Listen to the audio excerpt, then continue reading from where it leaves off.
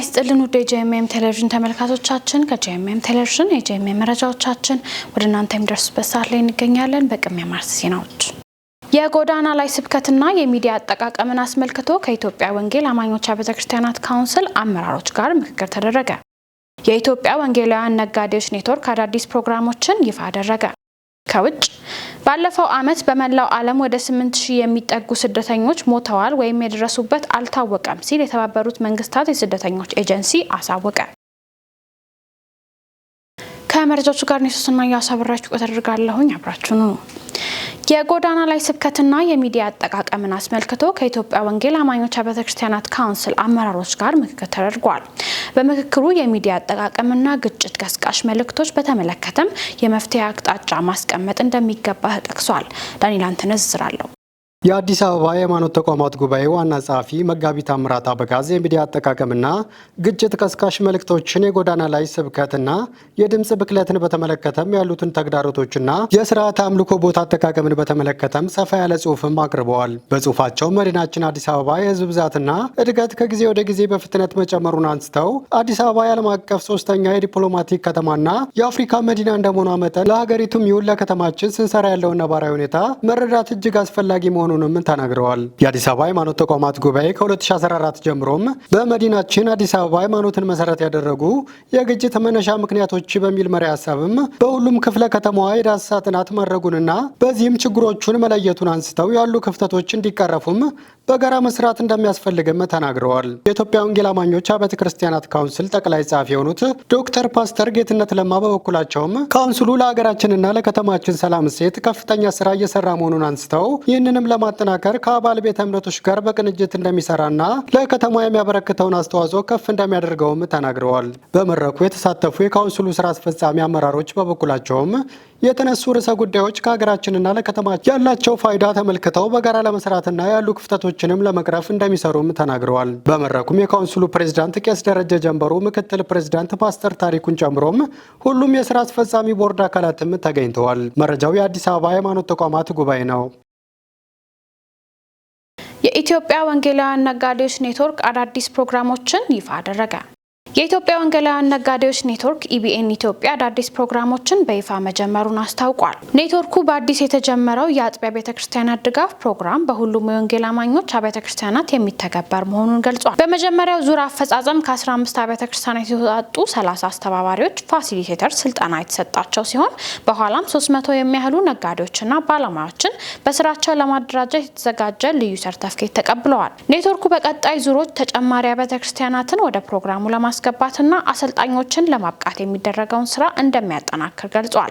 በተጨማሪም የግሎባል አድቫንስ ኢንስቲትዩት ፕሬዚዳንት ጆናታን ሺፕሊ የጻፉትን ማርኬት ፕሌስ ሚራክልስ መጽሐፍ የመጀመሪያ የአማርኛ ትርጉም በይፋ መመረቁንም አስታውቋል። መጽሐፉ በአሜሪካ የሚገኙ ክርስቲያን ስራ ፈጣሪዎች በማህበረሰባቸው ውስጥ ያሳዩትን ተጽዕኖ የሚያቀርብ መሆኑ ተገልጿል።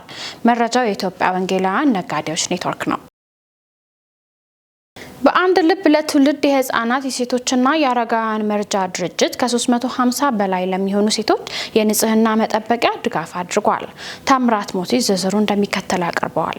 በአንድ ልብ ለትውልድ የህፃናት የሴቶችና የአረጋውያን መርጃ በጎ አድራጎት ድርጅት በስሩ ከ10 በላይ ፕሮጀክቶች ያሉ ሲሆን ከነዚህ መካከል እኔም ለእህቴ የተሰኘው ፕሮጀክት ይገኝበታል። እኔም ለእህቴ ፕሮጀክት ከ10 ዓመታት በላይ በትምህርት ቤቶች፣ በማረሚያ ተቋማትና ለችግር ተጋላጭ ለሆኑ ሴቶች የንጽህና መጠበቂያ ድጋፍ በማድረግም ይታወቃል። የበአንድ ልብ ለትውልድ የህፃናት ሴቶችና አረጋውያን መርጃ በጎ አድራጎት ድርጅት መስራችና ዳይሬክተር እንዲሁም የሳቤ ምንጭ ዓለም አቀፍ አገልግሎት ራዕይ ተቀባይና መሪ የሆነችው ነብይት ማራናታ ተክለሰንበት እንደገለጸችውም በአዲስ አበባ በለሚ ኩራ ክፍለ ከተማ ስር ከሚገኙ ትምህርት ቤቶች መካከል በአብዲ ጃርሶ ትምህርት ቤት ለሚገኙ 104 ሴቶችና በአዳማ ማረሚያ ቤት ለሚገኙ 250 ሴቶች በድምሩ 354 ለሚሆኑ ወገኖች ለ2 ዓመታት የሚጠቀሙበት የንጽህና መጠበቂያና የአልባሳት ድጋፍ ማድረጋቸውንም ገልጻለች። ይህ መልካም ተግባር በቀጣይም በአዲስ አበባና በኢትዮጵያ ክልል ከተሞች በተጠናከረ መልኩ እንደሚቀጥል የተገለጸ ሲሆን በሀገር ውስጥና በውጭም ዓለም የሚገኙ ቅዱሳን በሁሉም አቅጣጫ ከዚህ በጎ አገልግሎት ጎን በመቆም የእግዚአብሔርን መንግስት ሥራ አብረው እንዲሰሩ ነብይት ማራናታ ተክለሰንበት ጥሪዋን አቅርባለች። በሰላም ግንባታ ዙሪያ ተኮረ ሀገራዊ ምክክር ተካሄደ።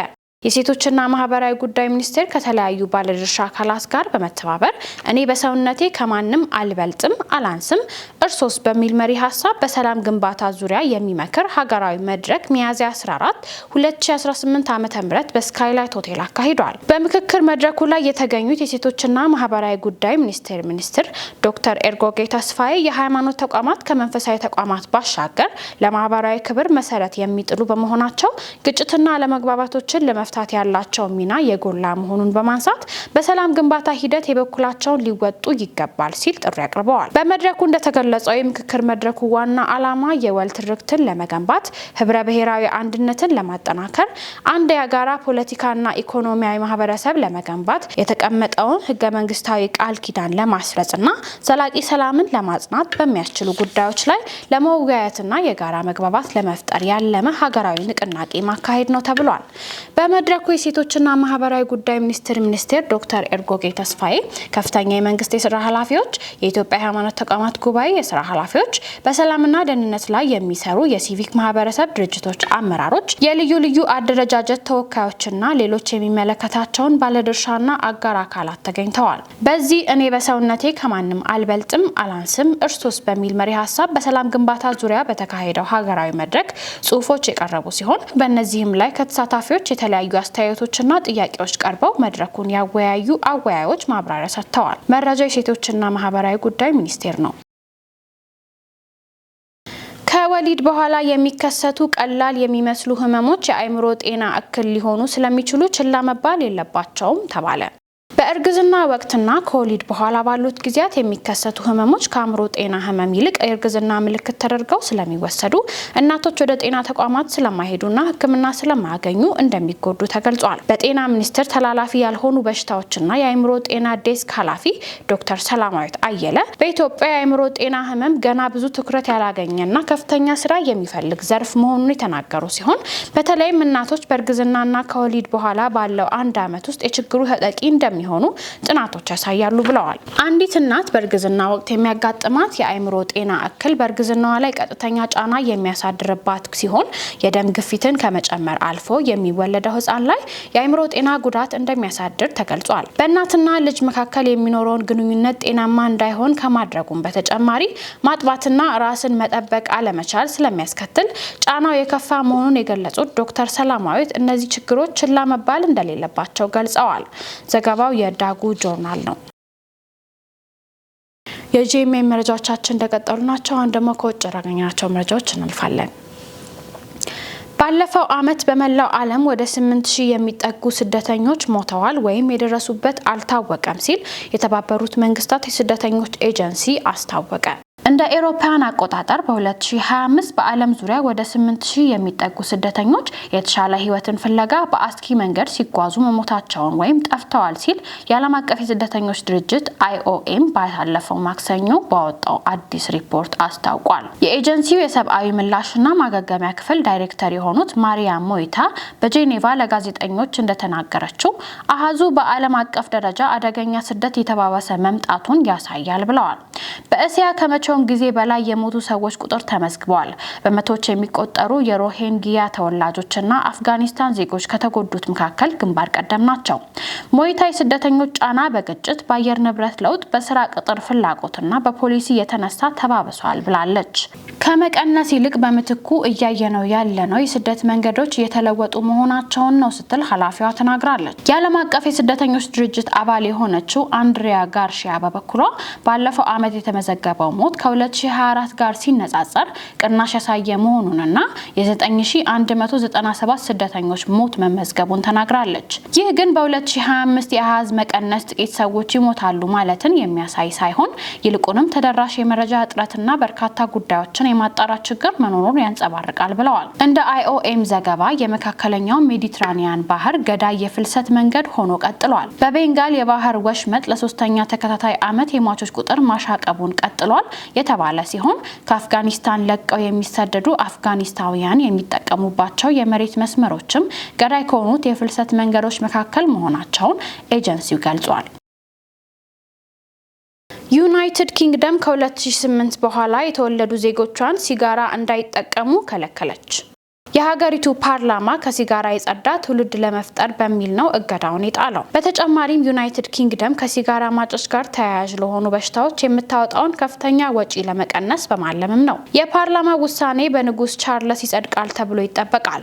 በሀገሪቱ ከ18 ዓመት በታች መግዛትና መሸጥ የተከለከለ ሲሆን መመሪያውን ተላልፎ የተገኘ 200 ፓውንድ ይቀጣል። የቀድሞዋ ጠቅላይ ሚኒስትር ሊዝ ትሪስ በጤናና ማህበራዊ ጥበቃ አደጋ ያስከትላል በሚል ውሳኔውን ተቃውሞታል።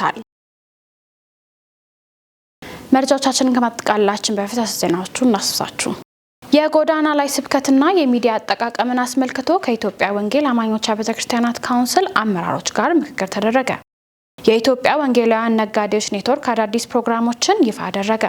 ከውጭ ባለፈው ዓመት በመላው ዓለም ወደ 8000 የሚጠጉ ስደተኞች ሞተዋል ወይም የደረሱበት አልታወቀም ሲል የተባበሩት መንግስታት የስደተኞች ኤጀንሲ አሳወቀ። ለዕለቱ የነበሩን የጂኤምኤም መረጃዎቻችን ይህን ይመስሉ ነበር። እኔ ሱስና ያሱ መረጃዎቹን ወደ እናንተ እያደረስኩኝ አብራችሁ ቆተረረኩኝ። መረጃዎቹን ያዘጋጁላችሁ ደግሞ ዳንኤል አንተነህና ነጻነት አቁማ ነበሩ። ከቀሪ የጂኤምኤም ቴሌቪዥን ፕሮግራሞቻችን ጋር መልካም ቆይታ